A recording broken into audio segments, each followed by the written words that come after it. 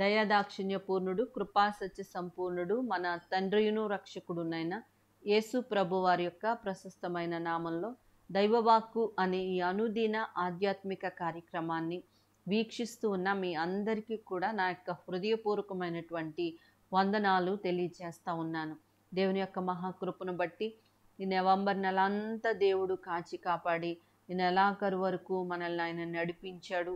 మరి ఎన్నో కష్టాలు, ఇరుకులు, ఇబ్బందులు మన జీవితాల్లో కలిగినప్పటికీ కూడా వాటన్నిటి నుంచి దేవుడు విడుదల కలగజేసి సంతోష వస్త్రాన్ని ధరింపజేసి ఈ విధంగా మనల్ని దేవుడు ముందుకు నడిపిస్తూ ఉన్నారు. కాబట్టి ప్రభువును ఎంతగానో నేను స్తుతిస్తూ ఉన్నాను. మరి కేవలం మా కుటుంబాన్ని బట్టి కాదు కానీ మీ అందరి కుటుంబాలను బట్టి మరి కూడా నేను ప్రభువుని స్తుతిస్తూ ఉన్నాను. మరి దేవుడు ఈ నెలాఖరులో మనల్ని ఇంతవరకు నడిపించిన దాన్ని బట్టి ప్రభువుని స్తుతిస్తూ ఒక వాక్య భాగము మనం చదువుకొని మనం ప్రార్థన చేసుకుందాం. ఆదికాండము 31వ అధ్యాయము 5వ వచనంలో క్రింది మాట, అయితే నా తండ్రి యొక్క దేవుడు నాకు తోడై ఉన్నాడు. ఈ మాట ఎవరు చెప్తూ ఉన్నారంటే యాకోబు గారు చెప్తా ఉన్నారు. ఏమనంటే రాహేలుతోటి, లేయాతోటి చెప్తా ఉన్నారు. మీ తండ్రి అయినటువంటి లాబాను ముఖము నిన్న మొన్న ఉన్నట్టుగా లేదు. ఆ ముఖంలో ఏదో మార్పు కనబడతా ఉంది. ఆయన కటాక్షము నిన్న మొన్న ఉన్నట్లుగా లేదు. అయితే మీ తండ్రి ముఖము రకరకాలుగా మారిపోయింది. అయితే నా తండ్రి నాకు తోడై ఉన్నాడు, నా తండ్రి యొక్క దేవుడు నాకు తోడై ఉన్నాడు అని చెప్తున్నట్లుగా మనం చూస్తాము. కొన్ని సందర్భాల్లో చూడండి, చాలామంది ముఖాలు చాలా అందంగా ఉంటాయి. చూసినప్పుడు నేను అనుకుంటాను కొంతమందిని ఎంత బాగున్నారో, ఎంత అందంగా ఉన్నారో అని. వాళ్ళలో కొన్ని యాంగిల్స్ బయటపడతాయి. ఒక్కొక్కసారి కోపము, భయంకరమైన కోపము, లేకపోతే భయంకరమైన ద్వేషము, అసహనాన్ని ప్రదర్శిస్తూ ఉన్నప్పుడు ఆ ముఖాన్ని మనం చూడలేమన్నమాట. ముఖ కవళికలు రకరకాలుగా మారిపోతూ ఉంటాయి. ఈ లాబాను ముఖం కూడా అంతకు ముందు ఉన్నట్టుగా లేదంట, రకరకాలుగా మారిపోయింది. అయితే యాకోబు అంటాడు, మీ తండ్రి ముఖం ఎలాగైనా మారిపోనివ్వండి, కానీ నా తండ్రి దేవుడు నాకు తోడై ఉన్నాడు. మన దేవుడు తోడుగా ఉండేటువంటి దేవుడు.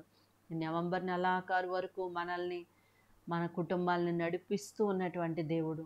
ఏ సమయంలోనూ కూడా మన చెయ్యి వదిలిపెట్టకుండా ఆయన నడిపిస్తూ ఉండండి. మనుషులు రకరకాలుగా మారిపోవచ్చండి. మనల్ని చూసినప్పుడు ఒక చిరునవ్వు కలిగిన ముఖాన్ని పెట్టకుండా రకరకాల ముఖాలు మార్చేసే వాళ్ళని చాలామందిని మనం సమాజంలో చూస్తూ ఉంటాం.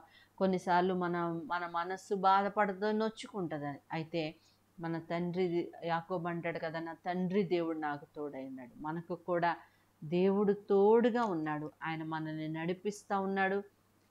ఆయన మన కాపరిగా ఉంటే మనకు భయం ఎందుకండి? ఆయన కాపరిగా ఉన్నాడు. ఆయన మందగా మనం ఉన్నాము. మనల్ని ఆయన నిశ్చయముగా నడిపిస్తాడు. దేవుడి మాటలు దీవించును గాక. ఆమేన్. ప్రార్థన చేసుకుందాం.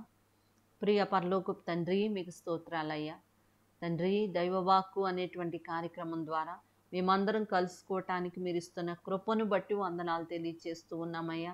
ముఖ్యంగా నాయన ఈ సంవత్సరంలో నాయన నవంబర్ నెల ఆఖరు వరకు కూడా మమ్మల్ని, మా కుటుంబాలని నడిపించినందుకు ప్రభువా మీకు వందనాలు తెలియజేస్తూ ఉన్నాం. ప్రభువా నీ కృప, నీ కనికరం మా పైన ఉంచి నాయన, పరిస్థితులు ఏవైనా కానీ ప్రభువా, ఎవరెవరో మా పట్ల వారి యొక్క ముఖ కవళికలు రకరకాలుగా మార్చిన వారి కటాక్షం మా మీద ఉన్నా లేకపోయినా ప్రభువా మీరు మాకు తండ్రిగా ఉన్నందుకు నీకు స్తోత్రాలు.